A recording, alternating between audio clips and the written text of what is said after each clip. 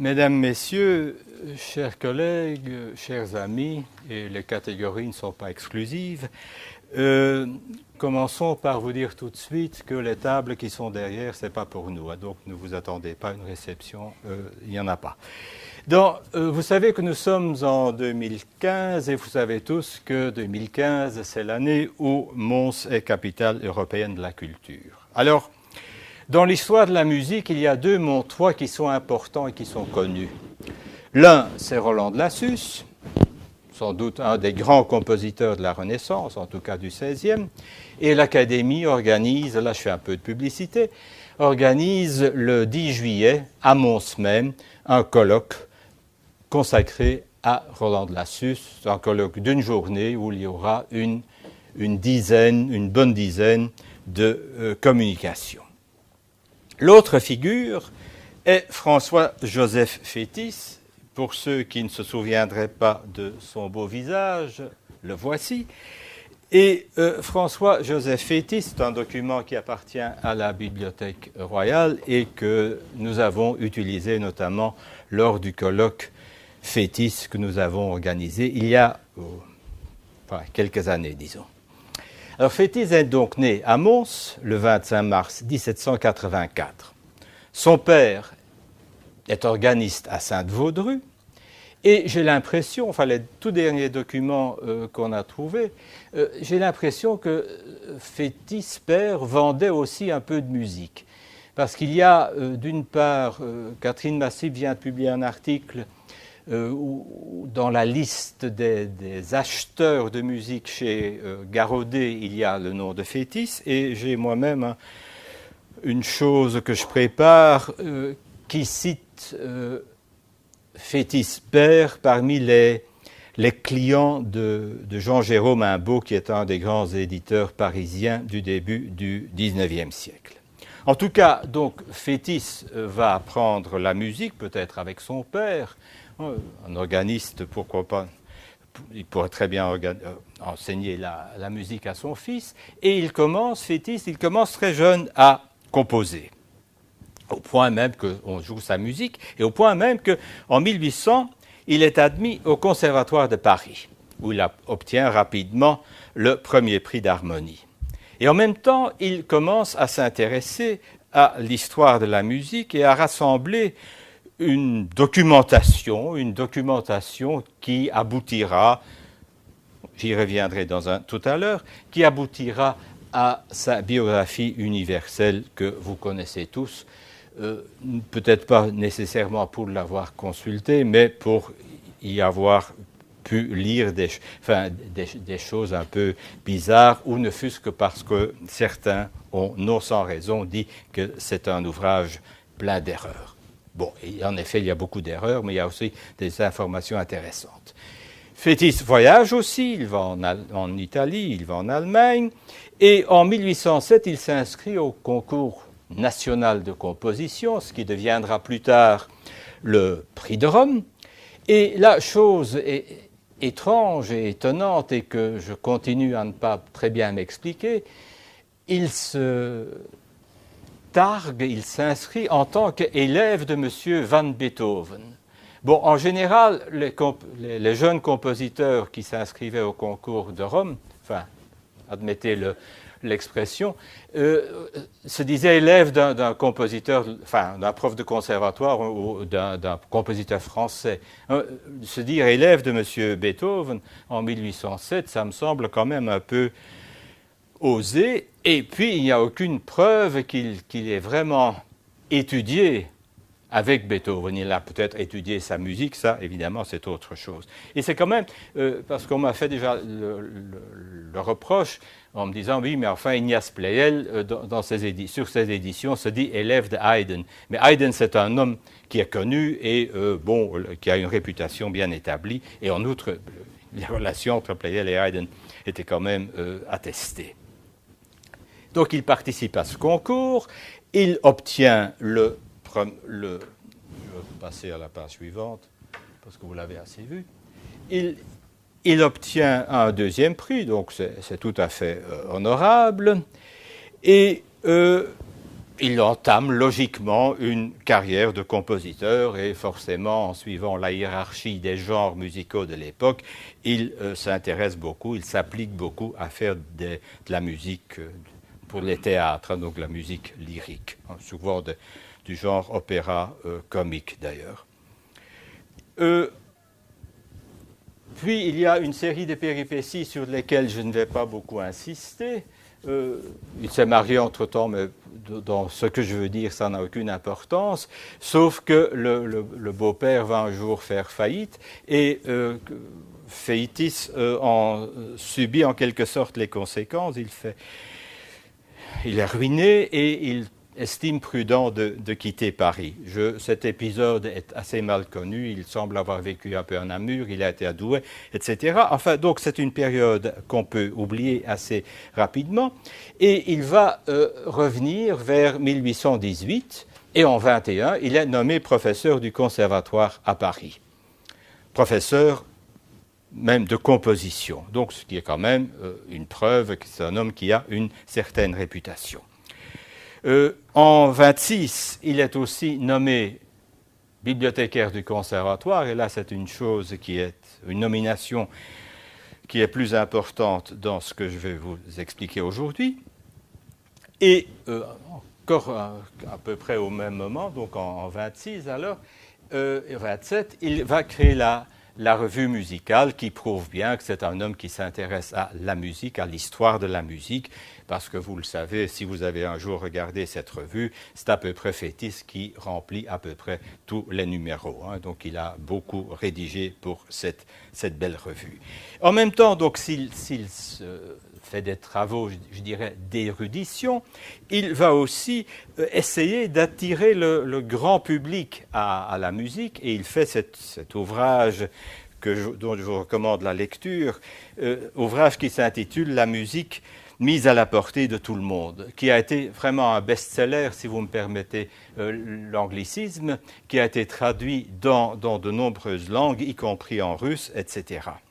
Il lance aussi à ce moment-là les concerts historiques sur lesquels je ne vais pas revenir et qui n'étaient pas tout à fait historiques, comme vous le savez sans doute aussi. Alors, disons que c'est la fin de cette période parisienne dans sa biographie, parce que le 13 février 1832, l'État belge crée le Conservatoire royal de musique, etc., de Bruxelles, et décide que cet établissement aura un directeur. C'est une nouveauté parce qu'avant, donc sous le régime hollandais, nous avions une école royale de chant qui n'avait pas de directeur. On va reprendre à peu près tous les profs de l'ancienne école royale de chant, mais on va y ajouter un directeur. Et nous savons, par des tas de documents, que Léopold Ier et son gouvernement auraient aimé attirer à Bruxelles un grand compositeur du genre Mendelssohn ou un virtuose à la réputation aussi établie que le violoniste Baillot. Mais le salaire proposé a fait qu'aucun des candidats, il y avait 4 candidats, n'a vraiment accepté. Et donc là, on est un peu dans une espèce d'impasse et on doit penser à quelqu'un d'autre. Et on va alors suggérer à Fétis d'être candidat, mais Fétis doit prouver qu'il sera capable de gérer cette affaire, et il est donc obligé d'écrire ce fameux plan d'organisation de la musique dans le royaume de Belgique. Le document va convaincre les autorités et Fétis est nommé le 15 avril 1833 directeur du conservatoire et en même temps il devient maître de chapelle du roi, non pas parce que le roi veut vraiment qu'il y ait beaucoup de musique à la cour, mais parce que ça permet au roi de payer un supplément de salaire à Fétis sur la cassette de Léopold Ier. Donc. Alors, Fétis est nommé et il va exercer la fonction jusqu'à sa mort. Il est décédé le 26 mars 1871. S'il est resté en fonction jusqu'à sa mort, ce n'est pas parce que lui l'a voulu, mais parce que l'État avait refusé de reconnaître ses années de service en France. Donc, contrairement, et là, il y avait vraiment un engagement précis de la part du gouvernement en 1932, 1933, mais au moment où la loi, la législation sur les pensions a été créée pour les professeurs du conservatoire, on a dit à Fétis que lui ne pouvait pas en profiter pour la période antérieure, pour les services antérieurs à 1932. Bon, soit, bref. Alors, au moment où Fétis part pour Bruxelles, il est sans doute conscient qu'il quitte une ville qui est riche en bibliothèques, riche en documents, en trésors, dans toutes sortes de domaines de l'histoire de la musique, et qu'il va quelque part où il n'y a rien. J'ouvre une parenthèse pour vous dire que je ne suis pas en train de défendre, je ne suis pas là pour faire de la morale ou condamner, je vous donne des faits. Et à cette époque, les bibliothèques, c'est une époque de rêve pour les chercheurs, les bibliothèques prêtaient les documents, donc on pouvait les emporter chez soi. Et en tant que bibliothécaire du conservatoire en plus, disons que Fétis avait quelques facilités, ou en tout cas s'est octroyé quelques facilités. Bref, au moment où Fétis fait ses malles, il oublie de restituer des documents qu'il avait empruntés. Et là, nous sommes au fond au point de départ de ma communication, qui cherche à répondre à deux questions qui concernent le catalogue de la bibliothèque de François-Joseph Fétis acquise par l'État belge, et catalogue qui date de 1877. La première question est: Fétis est-il le propriétaire légitime des 7235 numéros qui sont cités dans ce catalogue? La deuxième question: ce catalogue reprend-il tous les documents que Fétis avait réunis jusqu'à sa mort? La réponse est non aux deux questions. Voilà. Donc ceux qui veulent partir maintenant, vous connaissez déjà l'essentiel. Bon, maintenant, cette réponse négative est négative, mais enfin, il faut un peu contextualiser tout ça. Alors, je vais commencer par vous faire assez brièvement l'historique de ce catalogue et de tout ce qui a précédé. Donc, avant de prendre une décision à propos de l'éventuelle acquisition de la bibliothèque et de la collection d'instruments de Fétis, le gouvernement demande évidemment l'avis d'experts, parce que le gouvernement en général, va demander des avis à tout bout de champ. Si vous regardez les archives du conservatoire, on a envoyé au directeur du conservatoire des tas de demandes. Voilà, monsieur X veut faire ci, monsieur X veut faire ça. Qu'est-ce que vous en pensez, vous, en tant que spécialiste? Et donc, l'expert qu'on va consulter, c'est Gewart, François-Auguste Gewart, le nouveau directeur du conservatoire, qui, entre parenthèses, semble très impatient d'occuper le logement de fonction, qu'il ne peut pas occuper tant que la bibliothèque de Fétis y est, parce que la maison est apparemment remplie de livres. Et donc, Gewart envoie un rapport le 23 mai 1871. Donc, disons qu'il s'est dépêché. Alors, il recommande l'acquisition et il précise que Fétis avait, de son vivant, rédigé un catalogue systématique et alphabétique de sa bibliothèque. J'avoue que je n'ai pas retrouvé ces documents et je vous ai dit je vous donne des réponses, mais je vais aussi vous donner une série de questions auxquelles j'espère que vous m'aiderez à répondre. Ce fameux rapport le rapport de Gewart est assez fameux en effet, puisqu'il a même été publié en 1872 dans la revue et Gazette musicale. Et ce n'est pas un hasard, c'est en mars 72, c'est-à-dire quelques semaines après le dépôt de la proposition de loi à la Chambre, proposition de loi qui vise à faire voter un crédit de 152 000 francs pour l'achat de la collection. Et on y ajoute 3 500 francs pour le déménagement et l'impression du catalogue. La loi est votée au mois de mai 1872. Oui. Et le 29 de ce même mois, le gouvernement décide que les imprimés et les manuscrits iront à la bibliothèque royale et que les instruments de musique vont iront au conservatoire. Voilà, donc la bibliothèque, elle, vaut 140 000 francs. Je dis entre parenthèses, c'est le prix que Fétis lui-même avait annoncé dans un de ses écrits. Et donc Gevart s'est contenté. Gevart est un peu fainéant à certains égards, je crois. Enfin, j'en suis même convaincu. Gevart a simplement repris cette indication. Et donc les instruments valent 12 000 francs.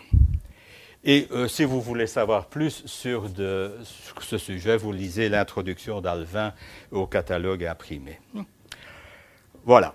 Maintenant, donc, il y a eu ce problème de catalogue, mais ce problème de catalogue est nettement plus complexe. En effet, au moment où le gouvernement décide que la collection de livres et de manuscrits ira à la Bibliothèque royale, le gouvernement prend une deuxième décision.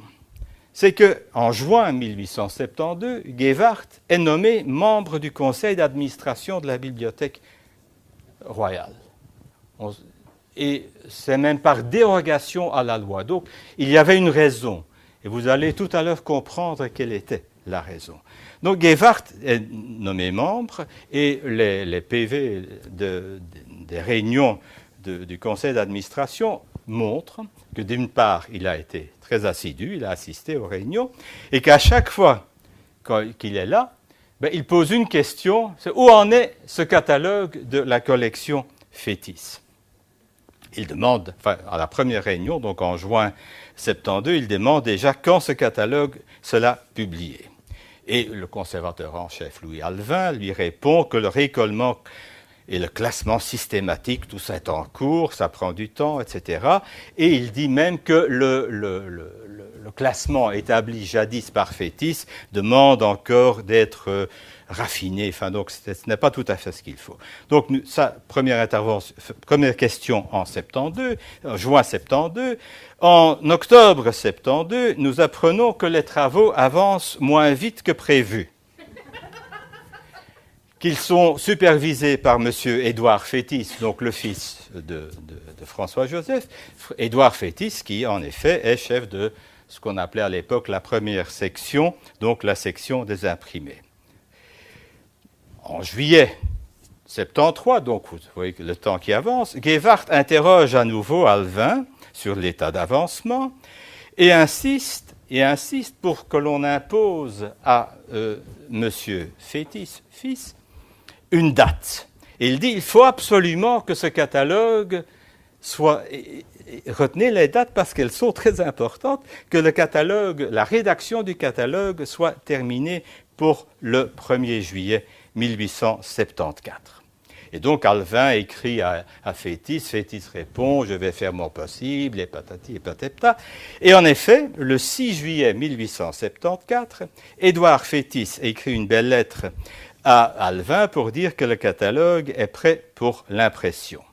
Et il y ajoute même « le catalogue fera environ 800 pages et sera tiré à 500 exemplaires ». Et puis il y a le hic. Je vous ai dit, on avait prévu 3 500 francs pour les frais, notamment le déménagement, etc. Mais l'impression de ce catalogue va coûter, d'après Fétis, va coûter 3 000 francs. Qu'est-ce qui reste sur le budget? 2 000 francs et quelques centimes. Donc il n'y a pas assez. Mais Édouard a réfléchi et il dit, voilà, j'ai un éditeur dont apparemment il ne connaît pas très bien le nom, parce qu'il écrit mal, il parle de Mucart, mais enfin c'est donc Mucart. Il dit, voilà, Mucart est disposé à prendre en charge cette édition, cette impression du catalogue, mais il se contenterait de 2 000 francs. Donc, sans doute qu'il a dit à l'éditeur qu'il y avait 2 000 francs à prendre, et l'autre a dit, oui, d'accord, on y va pour 2 000 francs, et en échange de ces 2 000 francs, il donnera 100 exemplaires à la Bibliothèque royale. Bon. Mais évidemment, là, le problème, est-ce que le gouvernement autorise cet arrangement à l'amiable? Donc il faut demander l'avis du ministre, ça prend du temps, etc., etc. Ce qui fait que notre ami Guevara, toujours impatient, interroge, etc., etc. Et en octobre 75, on constate que l'imprimeur n'avance pas très fort, qu'il en est à ce que dans le PV du conseil d'administration, on en appelle la 15e feuille, je dirais le 15e cahier, et Alvin ajoute, et on prévoit qu'il y en aura 40. En fait, si vous regardez le catalogue, je ne l'ai pas amené, il y a 62 cahiers, donc il y en a beaucoup plus. Alors, finalement, donc, là aussi, ce travail prend du temps, mais dans le rapport annuel au conseil d'administration, Alvin signale en 1876 que le catalogue est achevé, l'impression est achevée, il faut encore le relier, il dit même qui est l'auteur de la table de l'index des anonymes et de la table de l'index des noms. Donc, on a il dit même qui a corrigé les épreuves, etc., etc. Donc, finalement, on arrive à ceci, c'est que le catalogue est publié. Alors, je vous attire votre attention. Ici, vous avez en effet Bruxelles, Librairie européenne Mucart, mais il y a des tas d'exemplaires où l'adresse bibliographique est différente, où il est question de Firmin Didot. Et donc, il faudra un jour qu'on essaye de trouver comment Mucart et Firmin Didot se sont arrangés pour... apparemment, Firmin Didot a dû faire imprimer davantage d'exemplaires que cela. Bon, voilà une première chose qui semble claire. Et retenez toujours bien cette date de juillet 74, si vous voulez bien. Maintenant, je dois encore faire une autre remarque qui est toujours préliminaire. J'avoue que les préliminaires durent un peu longtemps, mais je crois quand même que c'est important. Les archives du conservatoire manquent pour la période 1871-1875, donc pour le début du directorat de Guevara. Mais il ne fait aucun doute qu'à la mort de Fétis, la commission administrative qui gérait au fond le conservatoire à côté du directeur, a entrepris des démarches afin que cette collection de Fétis reste au conservatoire. Là, il n'y a aucun doute. Il y a une lettre qui part, je dirais, 2 jours après la mort de Fétis au ministre de tutelle, qui était le ministre de l'Intérieur. Et, je vous l'ai déjà dit, le gouvernement en décide autrement. Et, comme je vous l'ai déjà dit aussi, le gouvernement, en général, demande des avis. Et ici, on ne sait pas à qui le gouvernement a demandé un avis. Naïvement, je dirais, vous pensez tous comme moi à Guevara, puisque Guevara avait vu le catalogue, il aura pu aussi donner son avis sur cette affaire. Eh bien, notre naïveté commune est assez payante, parce que quelques années, même quelques décennies plus tard, on trouve une confirmation de cette idée. En effet, et là je fais un grand saut, nous sommes au lendemain de la Première Guerre mondiale, le 30 octobre 1919, le directeur du conservatoire de l'époque, Léon Dubois, et le président et la secrétaire de la commission administrative, donc la commission avait changé de nom entre-temps, écrivent à Jules d'Estrées, qui était à l'époque ministre des Sciences et des Arts, et ils lui proposent de transférer la bibliothèque de Fétis au conservatoire. Et je vous cite la réponse de d'Estrées, qui date du 20 janvier 1920. « J'ai l'honneur, je cite, « j'ai l'honneur de vous rappeler que c'est sur la proposition de monsieur le directeur Guevara lui-même que les ouvrages du Fonds Fétis ont été déposés à la Bibliothèque royale de Belgique. J'estime qu'il n'y a pas lieu de revenir sur cette décision. » Bon, Dubois a compris, c'est fichu, mais la commission, elle, fait quand même encore une dernière tentative, et elle écrit ceci, je vous cite de nouveau, « Le fait que M. Guevara aurait autrefois et on souligne autrefois, désirer que le fonds Fétis fût déposé à la Bibliothèque royale ne nous paraît pas décisif.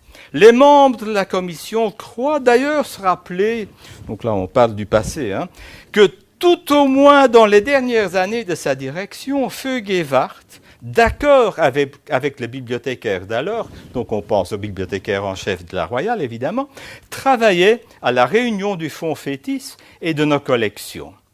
Les musicologues, les étudiants, bref, tous ceux qui désirent s'instruire dans l'histoire de la musique seraient heureux de trouver dans une même bibliothèque, et même est souligné, des ouvrages qui se complètent les uns les autres et de ne pas devoir scinder leurs recherches en se transportant d'une bibliothèque à l'autre. Le 3 avril, Destrée répond qu'il n'a pas changé d'avis.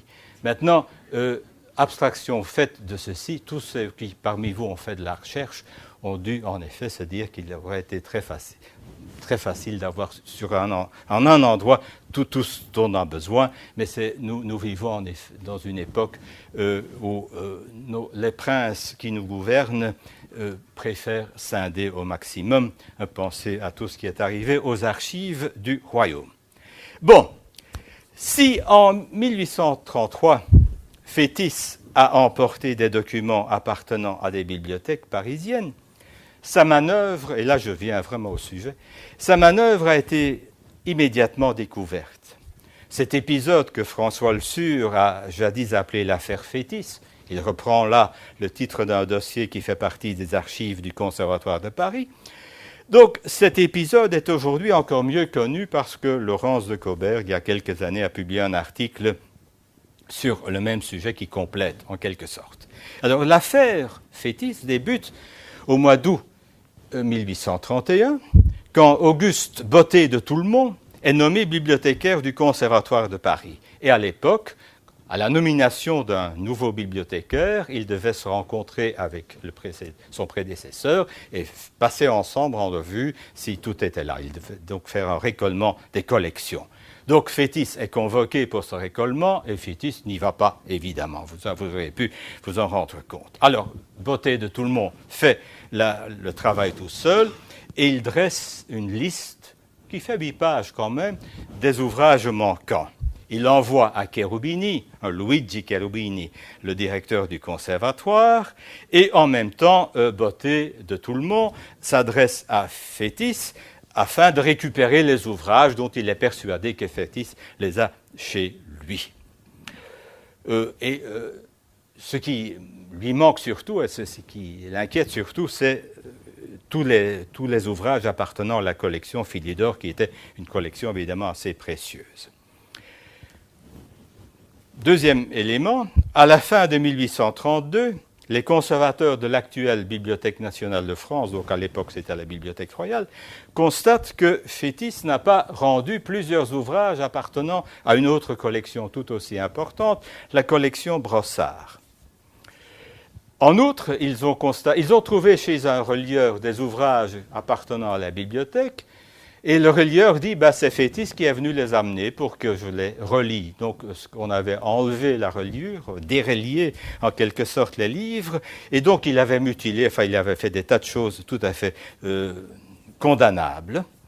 Et là, Fétis, évidemment, la Bibliothèque royale et le conservatoire, ça fait beaucoup de personnes qui l'attaquent, et il va restituer quelques ouvrages, vraiment quelques-uns, parce qu'il va avoir une réponse. Je vais y revenir dans quelques instants. Il dit finalement tout ça n'est pas vrai. Mais Botté de Toulmont, il en veut à Fétis, on va encore le revoir, et il va vraiment rassembler des documents tout à fait irréfutables, des preuves contre Fétis, et le gouvernement, à ce moment-là, nous sommes à peu près au moment où Fétis va quitter Paris pour Bruxelles, à ce moment-là, Fétis est en train de faire ses malles, il fait ses valises, quoi. Donc, et le gouvernement décide de faire saisir les malles de Fétis. Mais hélas, les malles sont partis, à une exception près. Donc il y en avait 4, et il y en a la 3e de ces malles est arrêtée à temps. On l'ouvre, et qu'est-ce qu'on y trouve? Eh bien, on y trouve par exemple les toccata de Frescobaldi, on y trouve des manuscrits, on y trouve des tas de choses qui n'appartenaient pas à Fétis, mais qui provenaient de bibliothèques parisiennes, la bibliothèque du Conservatoire, la bibliothèque royale, enfin nationale, je veux dire nationale pour faire la distinction avec la royale ici, et la bibliothèque Mazarine. Bon, évidemment, c'est très ennuyeux. C'est ennuyeux au point que le gouvernement décide tout de suite d'envoyer, parce que Fétis est déjà à Bruxelles, les malles allaient venir plus tard.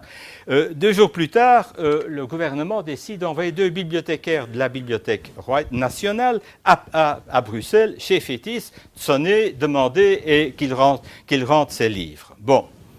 Et en effet, ils arrivent chez Fétis, ils sonnent, Fétis ouvre, il dit, bon oui, peut-être que je vais vous donner, je crois que j'en ai resté encore 25, je vous donne déjà les 25, mais vous comprenez, je n'ai pas déballé, ça c'est à gauche, à droite, je ne sais pas où tout ça se trouve, mais d'ici 6 mois, vous aurez tout. Bon, inutile de vous dire que 6 mois plus tard, rien ne s'est passé. Et à ce moment-là, le gouvernement français demande à Septime de Failly, comte de Latour-Maubourg, qui est ambassadeur de France à Bruxelles, d'aller faire une démarche auprès de Fétis. Alors Fétis lui répond une lettre qui est un chef-d'œuvre, je trouve.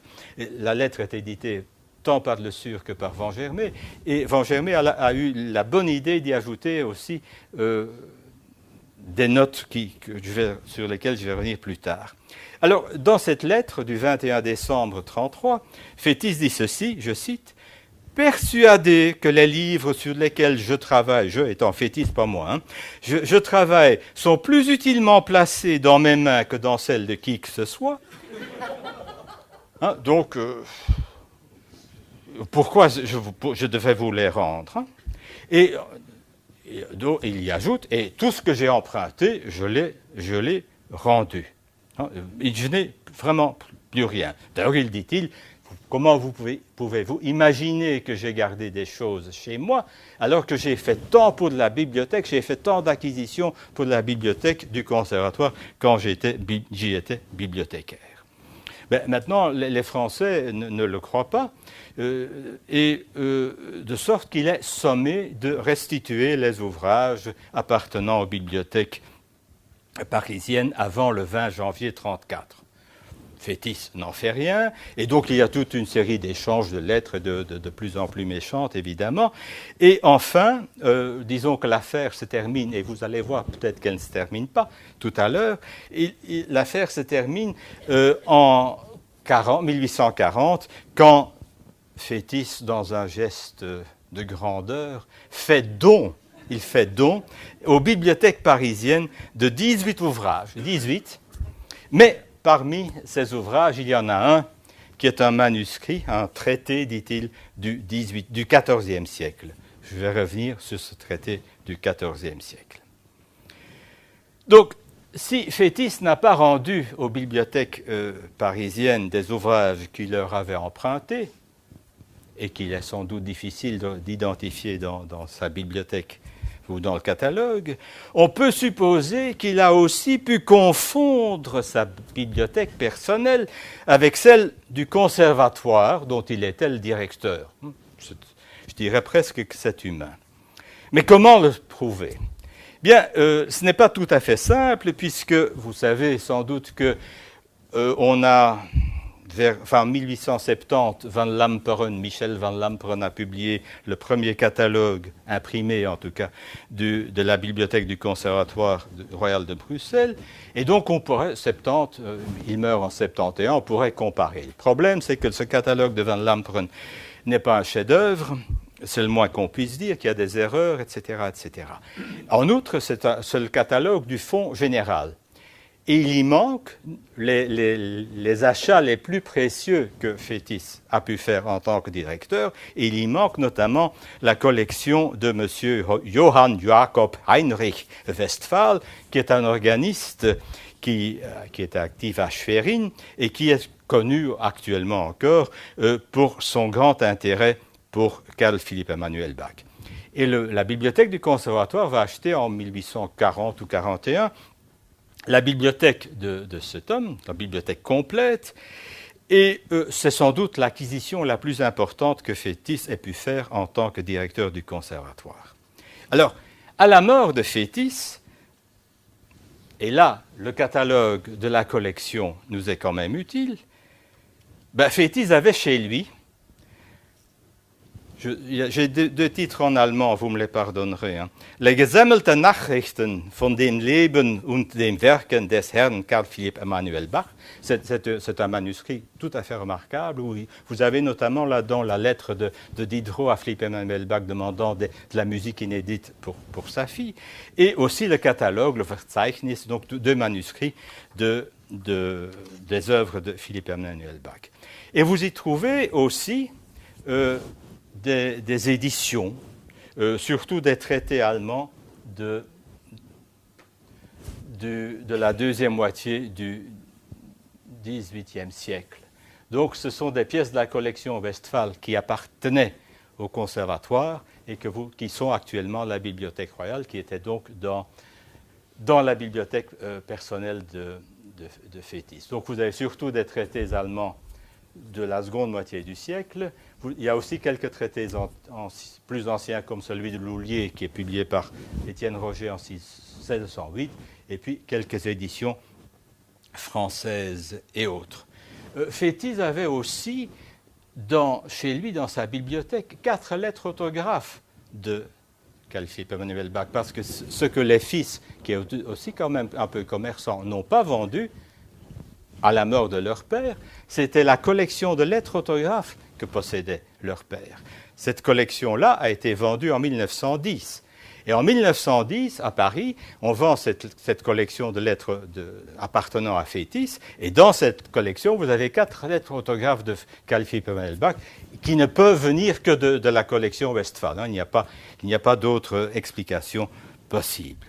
Enfin, pour résumé, Fétis avait sans doute, peut-être pas, l'intention de rendre un jour, avant sa mort, à la bibliothèque du conservatoire les emprunts qu'il y avait faits. Mais la mort l'en a empêché. Voilà. Nous l'avons pardonné. Alors, si Fétis avait chez lui des ouvrages qui étaient la propriété du conservatoire, il ne faut évidemment pas oublier, et je ne veux pas quand même, il ne faut pas l'oublier, qu'il a lui-même acheté un grand nombre de livres et de partitions. Et la première acquisition importante date d'à peine quelques mois après son installation à Bruxelles. Elle concerne la collection de François-Louis Perne, un Français mort en 1832, donc c'est déjà important, la date. Et Perne avait exercé des tas de fonctions à Paris. Il avait notamment été bibliothécaire du conservatoire. Il a aussi été professeur d'harmonie. Il a fait partie de l'orchestre de l'opéra. Il a fait des tas de choses. Et Perne avait aussi collaboré à la revue musicale de Fétis.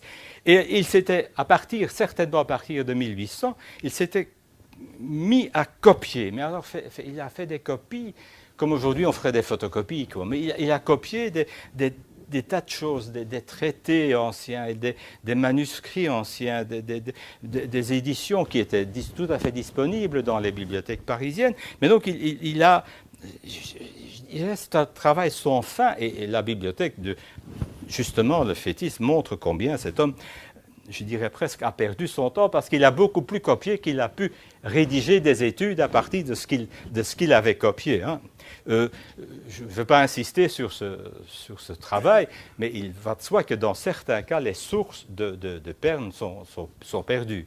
Il a notamment eu accès à la bibliothèque de la maîtrise de Notre-Dame de Paris, bibliothèque de la maîtrise de Notre-Dame de Paris qui a été supprimée dans les années 1900, je ne sais pas quoi, et où on a gardé uniquement les manuscrits les plus importants qui sont à la Bibliothèque nationale, mais il y a des tas de choses qui ont disparu et que Pern a sûrement vu, copié, etc. Ben, comme je vous disais au début, Fétis est éloigné des sources parisiennes, donc il n'a pas sa documentation dont il a besoin, et donc pour lui, l'achat de cette collection de Pern est évidemment une aubaine. Et c'est une aubaine, d'autant plus que dans cette collection, il y a quand même un document que les musicologues un peu spécialisés parmi vous connaissent, c'est le fameux manuscrit d'origine napolitaine et qui date d'environ 1480, qui provenait de Fayolle et qui est la source essentielle pour tous les traités de Tinctoris. Alors, d'autant plus que Tinctoris, à l'époque, en tout cas, on croyait qu'il était originaire de Nivelles, et donc Fétis a eu l'idée de publier tous les écrits de Tinctoris, ce qu'il n'a jamais fait, pour des raisons qui ne dépendent pas de lui, mais parce qu'il n'a pas trouvé de financement. Alors, cette idée, donc, de Fétis, c'est qu'il faut absolument obtenir cette collection. Et d'autant plus aussi que Pern avait déjà fait des copies de ce manuscrit de Tinctoris. Donc il avait fait une première copie qui est à la Nationale, il a fait une deuxième copie qui est toujours à la Royale et que Fétis a d'ailleurs annoté. C'est d'ailleurs assez révélateur qu'il a vraiment travaillé sur ce projet d'édition. Bon, donc Fétis veut cette collection, mais il y a deux problèmes. Premier problème, c'est que Pern avait décidé que ses propres manuscrits, ses travaux personnels, iraient à la bibliothèque de l'Institut de France.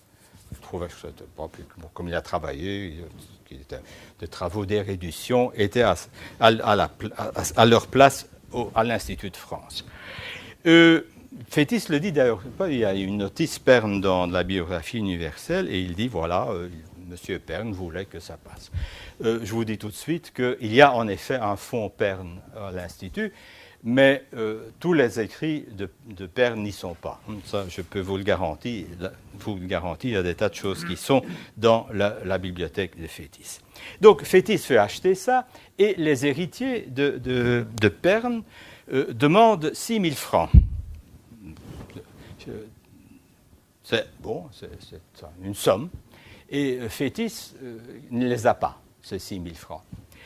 Il est depuis peu à Bruxelles, je vous ai évoqué les problèmes financiers qu'il a connus, et donc il n'a pas les 6 000 francs, il veut absolument acheter, alors il demande au gouvernement une avance sur salaire. Il va en demander ça plusieurs fois, une vingtaine de fois tout au long de sa carrière, et le gouvernement va lui accorder 1 800 francs.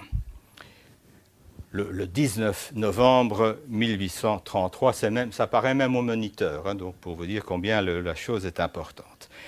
Et on peut imaginer, là les documents sont un peu rares, on peut imaginer que Fétis avertit tout de suite les héritiers de Pern et que la collection lui arrive. En tout cas, dans la fameuse lettre au comte Latour-Maubourg, il dit, pour prouver encore une fois que lui ne va pas voler des partitions, il dit qu'il vient d'acheter la collection de M. Pern pour 6 000 francs et il ajoute même à sa lettre la quittance, donc la preuve de paiement.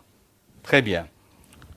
Et dans cette même lettre, parce que vous savez que quand on est méchant avec vous, enfin il estime que Botté de Tout-le-Monde a été méchant avec lui, il va évidemment lui lancer une pique et il dit et moi je paye 6 000 francs alors que le bibliothécaire du Conservatoire de Paris, je cite, n'avait pas eu honte d'offrir 1 000 francs pour cette collection. Bon, Latour-Maubourg évidemment envoie la lettre à Paris, on en fait une copie qui arrive forcément chez Botté Tout-le-Monde et Botté Tout-le-Monde qui va la noter et là Van Germay a publié les notes. Et qu'est-ce qu'il dit, Botté, de tout le monde? Il dit, voilà, moi, la bibliothèque du conservatoire n'était pas intéressée par toute la collection, mais voulait uniquement acheter le manuscrit Tinctoris et le traité de El Melopeo y Maestro de Cerone. Bon. Et l'histoire ne s'arrête pas là parce que Botté, tout le monde dit aussi, et ce qui est grave, dit-il, c'est qu'il parle des parents, enfin des héritiers de Perne en les qualifiant d'ignobles parents. Les ignobles parents de Perne avaient demandé à Botté, tout le monde, de faire un inventaire de la bibliothèque. Et disons qu'il a fait le petit catalogue, quoi. Et à ce moment-là, lui espérait recevoir évidemment avoir une espèce de priorité pour l'achat, et donc ils ont tout vendu, et là encore je cite, à cet abominable Fétis, homme taré de toutes les manières. Et Fétis, évidemment, il y a un dernier problème dans cette histoire, c'est que d'après Botté de tout le monde, Fétis avait déjà emporté, en partant de Paris, le manuscrit Tinctoris. Et il dit, il l'a emporté avec lui dans la poche de la diligence. Donc, pour être bien sûr qu'il l'avait.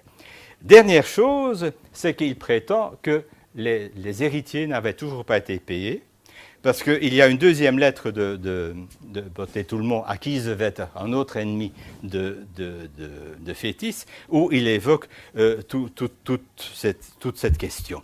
Et donc, maintenant, qui dit vrai? Est-ce que les héritiers n'ont pas reçu les 6 000 francs? Bon, il y a quand même eu l'acquittance, enfin bon, je ne sais pas. Donc là, à nous de trouver un jour le document en question. Bon, après l'achat de la collection Perne, Fétis va donc acheter des tas d'autres livres, partitions, et dans la correspondance éditée par Robert van Germay, vous avez des tas de lettres à des antiquaires, des collectionneurs, des libraires, etc. Et donc le résultat est évidemment une collection, je dirais, très importante, impressionnante, et pourtant l'histoire, hélas pour vous, n'est pas encore terminée. Parce que qu'est-ce qui s'est passé? Eh bien, ce qui s'est passé, c'est ceci. Je vous ai déjà parlé de la réunion ou du conseil d'administration où Gevart demande que le catalogue soit achevé pour le 1er juillet 1874. Bon. Et alors, si la correspondance officielle du conservatoire n'est pas conservée, c'est qu'il subsiste au moins une espèce d'inventaire qu'on connaît comme le dépouillement général de la correspondance des conservatoires.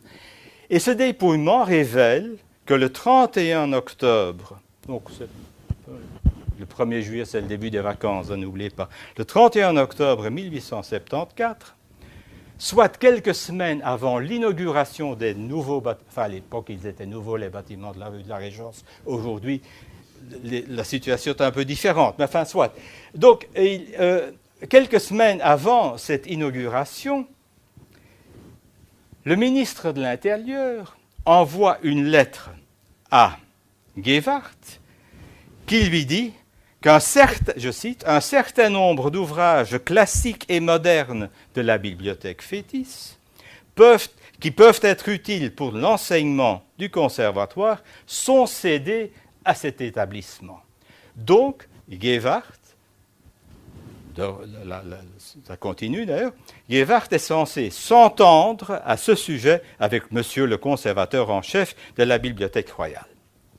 Alors là, j'avoue que je reste perplexe parce que dans les PV du conseil d'administration de la Bibliothèque royale, il n'est jamais question de cette affaire. Il n'est jamais question. Il n'y a pas une ligne sur cette affaire. Et alors, on pourrait en effet penser que l'idée, c'était, Gevart va on peut regarder cette collection et reprendre, par exemple, les Westphal.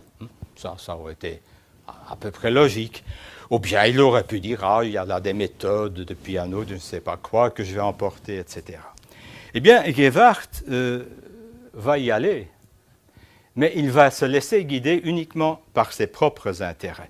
Et n'oubliez pas que Gévard, c'est quelqu'un qui a travaillé ou qui va travailler sur la musique de l'Antiquité grecque, sur les chants, les premiers chants, disons, de l'Église chrétienne, et en général sur la musique médiévale.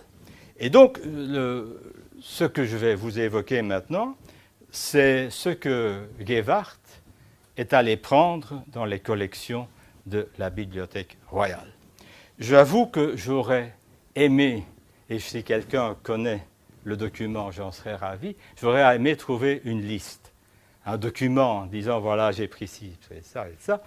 Mais le registre d'inscription au conservatoire a été fait postérieurement, et donc là, ça n'aide pas du tout. Et donc, je n'ai pas de liste. Alors, le seul moyen, évidemment, c'est de travailler comme pour Westphal. Pour Westphal, il y avait l'ex-libris qui disait, voilà, c'est à Westphal. Et donc ici, et là, je reviens à mon ami Pern de tout à l'heure, parce que Pern est aussi quelqu'un qui va chaque fois, sur chaque document qui est à lui, va écrire ex-libris François-Louis Pern. Et donc, je me suis amusé, enfin, on s'amuse comme on peut, évidemment, je me suis amusé à retrouver dans la collection du conservatoire, et j'avoue, je ne suis pas sûr du tout d'avoir tout découvert, et je ne sais pas non plus si Gévard n'a pas pris autre chose que des volumes provenant de la collection de Pern. Alors, commençons, si vous voulez bien, par des ouvrages dont Pern est l'auteur. Donc Pern a travaillé sur la musique sur le plein chant, je dirais. Alors, Pern rédige en 1820 une instruction sur le plein chant par laquelle on peut connaître l'analogie et les rapports que cette sorte de chant a dans toutes ses parties avec la musique. Donc le titre, c'est un titre extrêmement long. Manifestement, il voulait publier ça. Il n'a jamais trouvé d'éditeur, parce qu'il ajoute aussi tous les titres qu'il a, il en avait plusieurs. Et il va ensuite ajouter à cela un manuel plus succinct qui s'intitule Principe de plein chant. Et il va encore faire un troisième traité qui est une introduction à la théorie et à la pratique de la musique ecclésiastique, qui en fait traite uniquement de la musique du chant byzantin. Donc là, je ne vous ai pas pris d'exemple, ça, c'est pas beau à voir. Enfin, c'est pas beau à voir, il n'y a pas un aspect esthétique, je vais le dire comme ça. Mais en revanche, ceci est déjà plus intéressant. Donc, notez ici l'ex-libris de Pern. Et donc là, c'est un document qu'il a acheté. C'est un manuscrit qu'il a acheté et qui dit « Livre à l'usage de l'office de l'abbaye royale de Pantemont pour l'orgue, fait en l'année 1782. » Alors, vous noterez évidemment l'emploi du dièse, même si la notation est carrée, c'est un grégorien qui n'est peut-être pas tout à fait pur, je dirais. Bon, et donc, pourquoi ce document est-il important pour Pern? Eh bien, parce que Pern s'est occupé pendant de très longues années d'identifier la place de l'orgue dans les offices. Et il a, les documents sont à la Bibliothèque royale, il a ajouté des parties d'orgue à toute une série de chants. Et donc, lui, au fond, ça aurait pu lui guider un peu dans ce qu'il va faire. Et vous trouvez dans ce livre, qui est il y manque 2 pages, il y a donc des extraits d'œuvres de compositeurs divers, notamment de Henri Dumont, que vous connaissez sans doute. Alors, il y a toute une série d'œuvres, elles sont classées par ordre, disons, de calendrier, et c'est un document assez intéressant.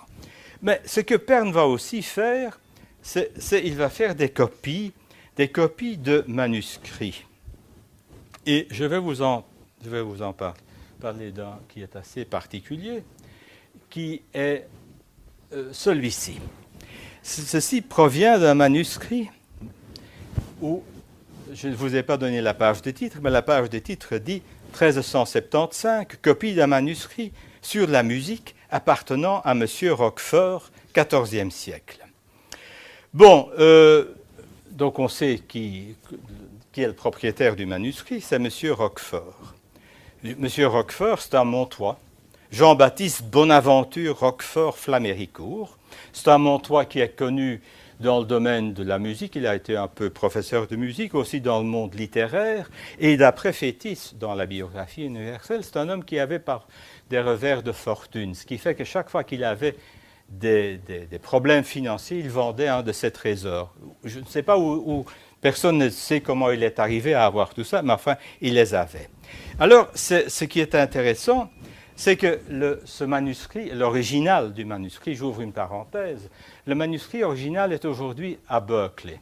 Il y a tout un ouvrage, une étude tout à fait sérieuse sur le manuscrit, qui a été acheté par l'université de Berkeley en 1965.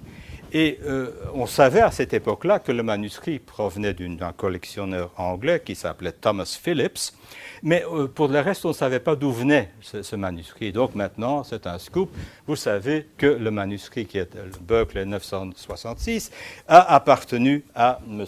Roquefort et notre ami Pernes en a fait une copie, et une copie extrêmement soignée, comme vous le voyez. Donc il y a une part, disons, de la théorie, et il y a aussi deux pièces de musique, et donc ceci est un canon circulaire, et donc ça évidemment, ça appartient à l'époque de la fin du XIVe siècle, l'époque qu'à un moment donné, on a appelé l'ars subtilior, mais que les historiens de la musique actuelle estiment ne plus devoir distingué du XIVe siècle du tout. Maintenant, quand vous regardez ça, vous avez l'impression que c'est un homme qui a travaillé de manière extrêmement précise. Eh bien, hélas, non. Il y a des tas d'erreurs, pas dans cette pièce-ci, mais dans d'autres pièces. Donc, Pernes, disons qu'il n'avait peut-être pas tout à fait la formation pour faire ce type de travail. Il y a une pièce, par exemple, qui commence par le mot souvienne, et lui a donc souvient en quelque sorte, et lui en a fait d'où vienne, et bon, et ainsi de suite. Bon, mais avançons, il y a un deuxième manuscrit tout aussi marrant, c'est celui-ci. Et là, on sait que Pernes l'a copié le 4 avril 1812, il achève la copie, et c'est un manuscrit qui a appartenu à Charles-Philippe Campion, abbé de Terzan. Et l'original, donc ceci est une copie, l'original est aujourd'hui encore à la Bibliothèque nationale de France. Alors l'original et la copie ici sont des manuscrits très importants parce que c'est la source la plus ancienne pour un des grands traités de théorie médiévale, le traité L'Ars Musica de Maître Lambert, ou Magister Lambertus, si vous préférez en latin. Et c'est un manuscrit extrêmement important parce que vous avez non seulement le texte, mais il est suivi de 7 pièces, de 7 compositions, de 7 motets, double dans le sens que vous avez sur 2 colonnes, 2 voix, et en dessous le ténor. Et pourquoi est-ce que maintenant je m'arrête à ceci? Eh bien parce que vous voyez ici la copie de la première page de ce manuscrit de Pernes. Et vous voyez qu'il y a là ça évidemment vous ne pouvez pas lire, mais il y a quelque part une note qui dit que cette partie-là manque. Donc le manuscrit tel qu'il a copié avait une lacune, qu'il y avait une déchirure, enfin on a déchiré le papier. Et maintenant, ce qui prouve l'intérêt des copies parfois, je vais vous montrer la première page du manuscrit qui est à la Bibliothèque nationale. Bien, vous voyez que ceci commence par le mot musica. Si je reprends le texte précédent, ce n'était pas le mot musica.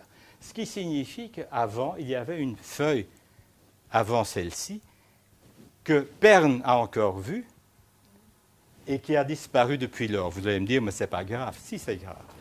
C'est même très grave. C'est même très grave parce qu'à la fin, il y a la musique.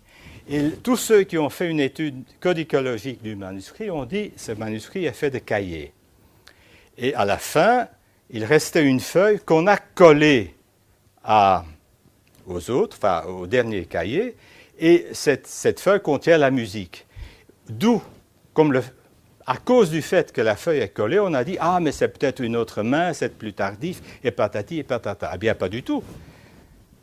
le manuscrit, la copie de Pern prouve que finalement, il y a eu un feuillet plié qui a servi de couverture. Et donc, que toute la musique fait bien partie du manuscrit et ce n'est pas un ajout tardif. Donc, vous allez me dire, c'est un détail, une note en bas de page pour un article, mais enfin, pour moi, c'est une chose assez importante quand même. Alors, Pern non seulement va copier cette musique, ces manuscrits, mais il va en même temps faire une transcription moderne des pièces qu'il trouve là-dedans.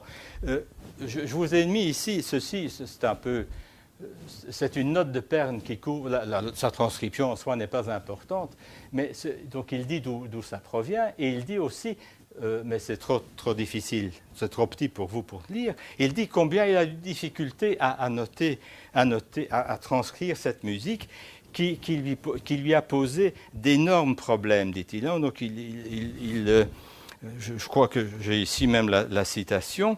Il dit « Cette chanson m'a coûté beaucoup de peine pour la mettre en partition. » Et là, nous avons un autre aspect de Pern, c'est qu'il a donc non seulement s'est intéressé à la théorie musicale, à copier des manuscrits, mais il s'est aussi un peu intéressé à de la musique pratique.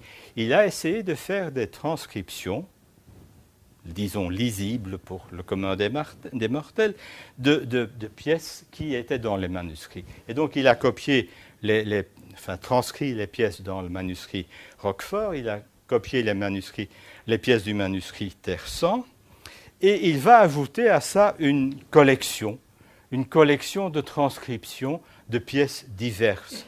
Je ne vais pas vous les citer toutes, mais il y en a qui sont assez étonnantes. Par exemple, dans ce dossier, parce que ce sont des feuilles volantes, dans ce dossier, vous avez une seule chanson qui a été publiée par Pierre Atteignan, qui est la pièce « Ma pauvre bourse », qui provient d'un recueil de 29 chansons de 1530, avec un problème d'attribution que j'ai oublié pour le moment, enfin qui n'a pas d'importance ici.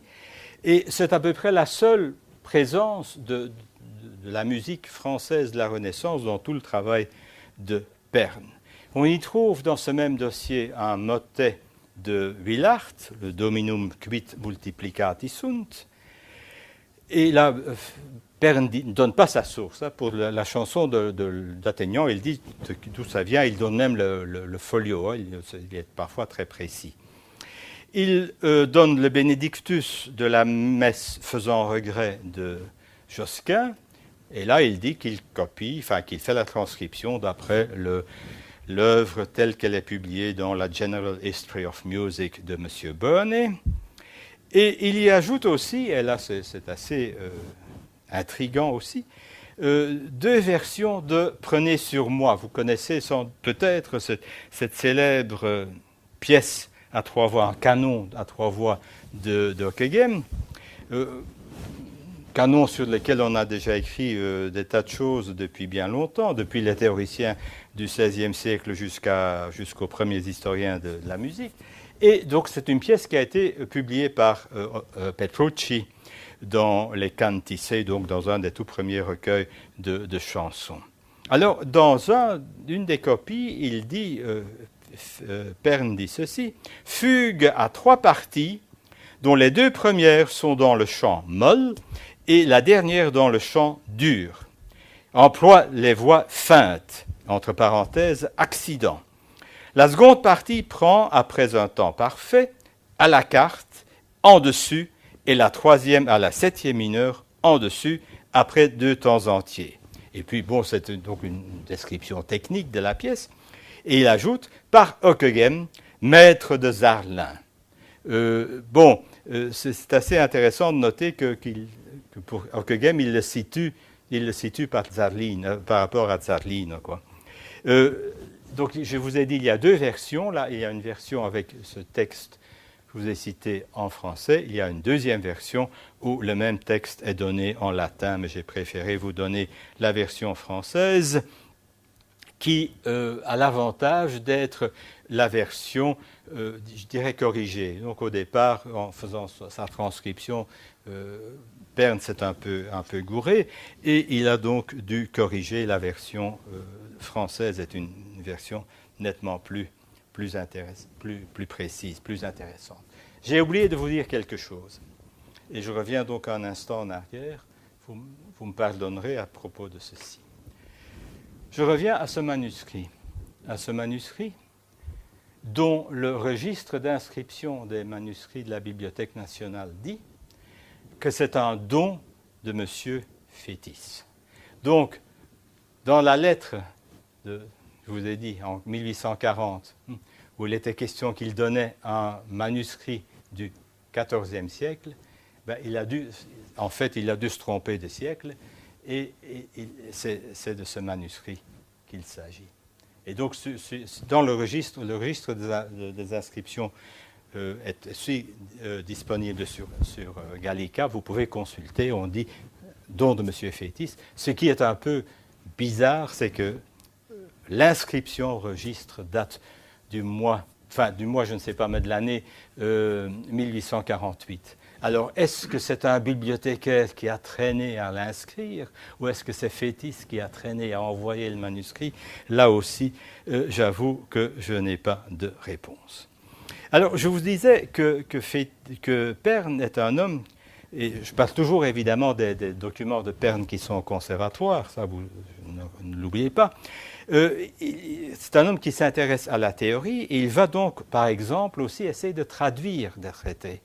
Il a, par exemple, traduit le Lars Cantus Mensurabilis de Francon, dont il dit qu'il a vécu au XIe siècle, bon, il se trompe d'un siècle, peu importe, et il dit aussi que sa traduction se fonde sur l'édition de Francon par Gerbert. Donc, il donne chaque fois ses sources. Et on a même l'impression qu'il avait l'intention de mettre en regard le texte latin et le texte français, mais le travail restait inachevé. Et là, c'est un des problèmes aussi récurrents chez Pern, c'est qu'il commence des choses, mais qu'il ne va pas nécessairement les achever. Il a ainsi aussi copié des extraits de la Musices Practica Erotematum de Faber de 1553. Et là, vous avez, c'est un travail complet, donc achevé avec le texte latin et le texte français. Il a fait d'autres traités, d'autres traductions sur lesquelles je ne vais pas insister. Et en même temps, il faut trouver toujours les centres d'intérêt de Gevart. Pern s'était constitué des dossiers, de gros dossiers parfois, et notamment sur la musique grecque. Et là, forcément, ça a dû intéresser Gevart. Il y a donc des extraits de Gerbert, il y a des extraits donc, copiés de la General History of Music de Burney, texte français avec... donc traduction française et texte anglais, de la Musurgia de Kircher. Il y a toute une série d'ouvrages qu'il a consultés et où il a copié, Forkel aussi, il y a toute une série d'ouvrages qu'il a ainsi pu consulter et où il constitue vraiment un dossier. Et il est même allé jusqu'à copier, la chose est assez importante parce qu'on dit parfois que Fétis est aussi un des pionniers de l'ethnomusicologie. Eh bien, peut-être que c'est Pern qui l'a aidé, puisque Pern a copié un des articles qu'aujourd'hui, si vous consultez Grove, on dit toujours que c'est un des articles fondateurs de l'ethnomusicologie, On the Musical Modes of the Hindus. Ça a été publié en 1792. Dans Asiatic Researches. Et donc, il a copié tout ça.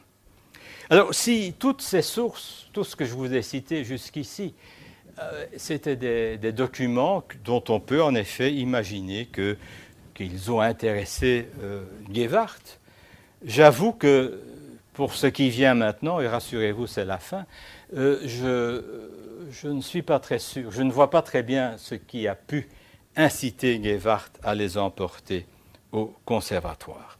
En fait, il ne s'agit plus de copies de Pern, mais il s'agit plutôt de manuscrits, je dirais, du XVIIIe siècle. Alors, par exemple, c'est le cas pour les partitions d'une messe à 4 voix, ou de la messe à 4 voix, Incipite Domino in Tympanis de Hardouin, qui était maître de chapelle à Reims. La messe, encore une messe, bon, c'est peut-être ça qui intéressait notre ami Géwart. Nosqui Vivimus de Jean-Marie Rousseau, qui est un Français, mais qui a fait carrière à Tournai. Et la pièce la plus curieuse à cet égard, c'est le manuscrit de la Missa Defunctorum de Giomelli. Et pourquoi une messe, un cas un peu bizarre? Eh bien, parce que ce sont en fait deux manuscrits. Vous avez le manuscrit, je vais parler du manuscrit original, donc avec des voix et quelques instruments, et qu'on a collé au-dessus un deuxième manuscrit qui fait une espèce d'orchestration. Enfin, on a ajouté des instruments avant. Et donc, ça a été collé.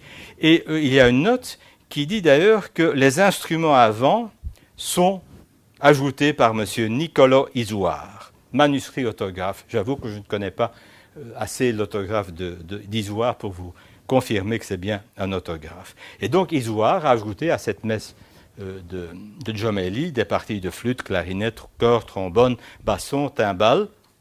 Mais lui encore, une fois, Isouard n'a pas su terminer son travail. Et il n'a pas seulement ajouté des voix, mais pour certains passages, il a écrit des raccords. Il a ajouté 2-3 mesures pour que ça s'enchaîne plus harmonieusement. Et donc, c'est quand même une œuvre assez... Enfin, un résultat est assez intéressant. Alors, Pern possédait évidemment aussi, supprimer évidemment, possédait aussi la partition du psaume 50. Posto in versi toscani par Saverio Mattei, du même Giomelli. Et c'est un Pietà Signore pour 2 solistes vocaux, quatuor à cordes. C'est une autre main, donc je ne sais pas du tout qui a copié cela, si c'est un compositeur, un copiste, c'est probablement un copiste.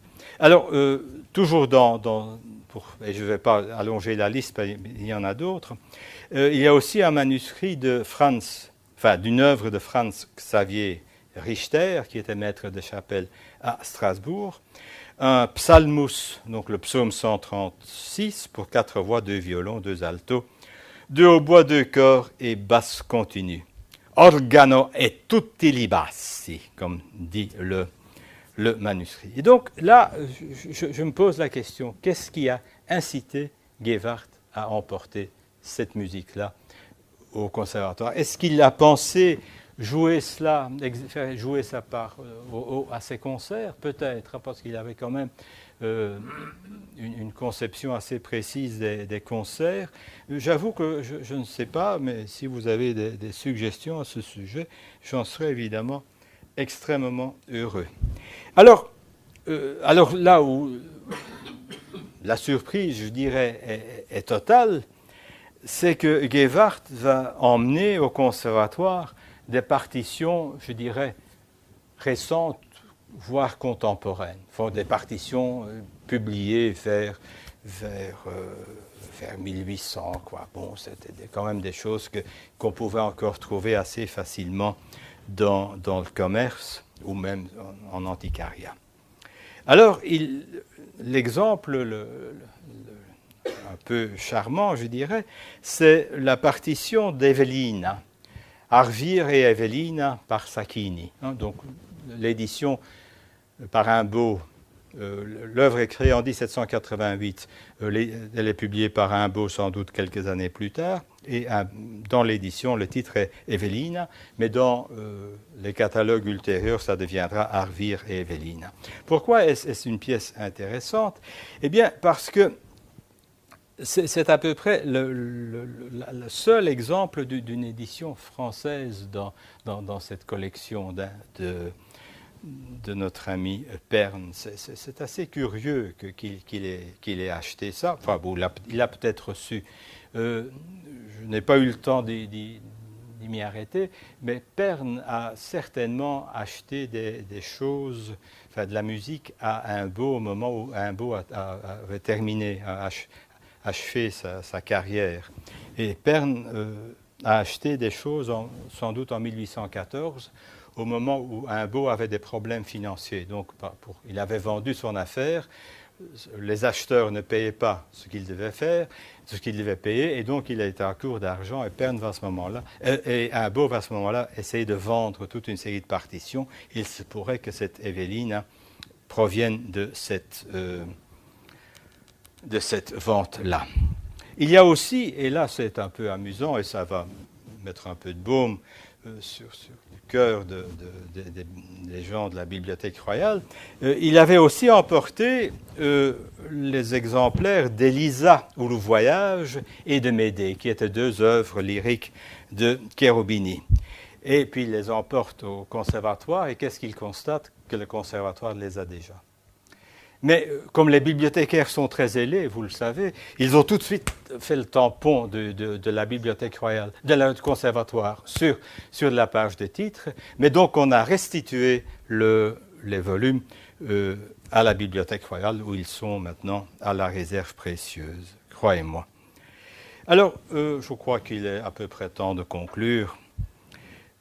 J'ignore, je le répète, si Gevart a mis la main sur d'autres documents appartenant au fort Fétis. Donc il faudrait retrouver soit un inventaire, des documents d'archives détaillés, mais je vous ai dit, dans les archives de la Bibliothèque royale, je n'ai rien trouvé, et les archives du conservatoire, je ne les connais pas pour cette période-là. Hein. Ça ne commence qu'en 75 aux archives du royaume à Anderlecht, et les documents qui sont au conservatoire se terminent en 71. Et bon, en attendant, il est, je dirais, au moins évident que Fétis a, à l'occasion, enrichi sa bibliothèque de manière illicite. Qu'il s'est aussi défait de quelques pièces pour dédommager les bibliothèques parisiennes, alors que pourtant il n'était pas coupable, d'après ce qu'il disait. Mais enfin, il a dû quand même avoir un peu mauvaise conscience. Et alors, ce qui, évidemment, nous chagrine quand même tous un peu, je crois, c'est qu'après la mort de Fétis, et je crois que, franchement, que Gevart a joué un mauvais rôle dans toute cette histoire, après la mort de Fétis, sa bibliothèque n'a pas été conservée telle qu'elle en un seul endroit. Quelques pièces, et j'espère vous l'avoir démontré, qui n'étaient pas ou qui ne sont pas dénuées d'intérêt, ont été transférées au conservatoire avec l'accord du ministre. Et là, je reste persuadé que personne, à part le ministre, à part Gevart et à part Alvin, n'était au courant. Maintenant, une toute dernière chose, les relations entre Alvin et Gevart étaient bonnes. Ça, il n'y a aucune raison de ne pas le croire. Mais là, je n'ai vraiment pas le temps de vous en parler. Mais quelques années plus tard, ils vont faire une démarche commune auprès du ministre, mais ce sera un autre, mais enfin, peu importe, en vue de l'acquisition de toute une série de pièces de la collection de Coussemaker. Et là aussi, mais là j'ai beaucoup plus de documents, mais une fois qu'on a tous les documents, ça ne vaut plus la peine d'en parler. Et ce qui est intéressant quand on fait une conférence, c'est de susciter des suggestions et des interrogations. Je vous remercie pour votre attention.